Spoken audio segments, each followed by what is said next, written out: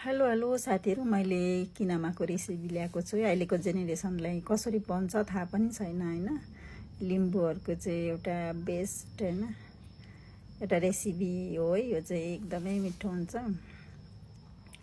अनि मजाले केलाउने है, ढुङ्गा माटो केलाउने अनि पखाल्दा पनि एउटा भाँडाबाट अर्को भाँडामा सार्ने के मुनि एउटा ढुङ्गाहरू भयो भने नि यसरी बस्छ के।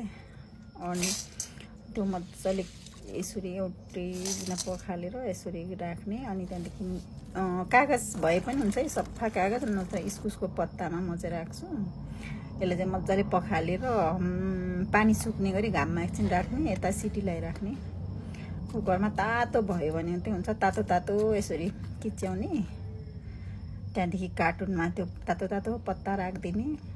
अनि अलिअलि पिठो, जेको पिठो भए नि हुन्छ, हल्का राख्ने। मैले चाहिँ कोदोको राखेको छु, मकैको भए नि हुन्छ। अनि 2 दिनपछि यसरी उठ्छ, जाँड जस्तै उठ्छ कि।